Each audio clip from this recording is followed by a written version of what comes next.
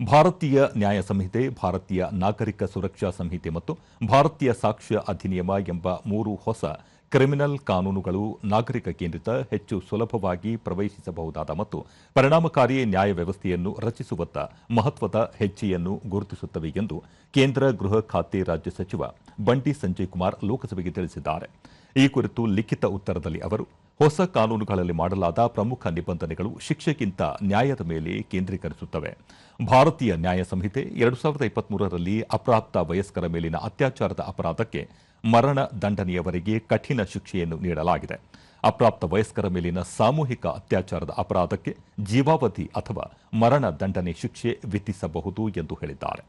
ಯಾವುದೇ ವ್ಯಕ್ತಿ ಪೊಲೀಸ್ ಠಾಣೆಗೆ ಭೌತಿಕವಾಗಿ ಭೇಟಿ ನೀಡುವ ಅಗತ್ಯವಿಲ್ಲದೆ ಎಲೆಕ್ಟ್ರಾನಿಕ್ ಸಂವಹನದ ಮೂಲಕ ಘಟನೆಗಳನ್ನು ವರದಿ ಮಾಡಬಹುದು. ಇದು ಸುಲಭ ಮತ್ತು ತ್ವರಿತ ವರದಿ ಮಾಡಲು ಅನುವು ಮಾಡಿಕೊಡುತ್ತದೆ, ಪೊಲೀಸರ ತ್ವರಿತ ಕ್ರಮವನ್ನು ಸುಗಮಗೊಳಿಸುತ್ತದೆ ಎಂದು ತಿಳಿಸಿದ್ದಾರೆ.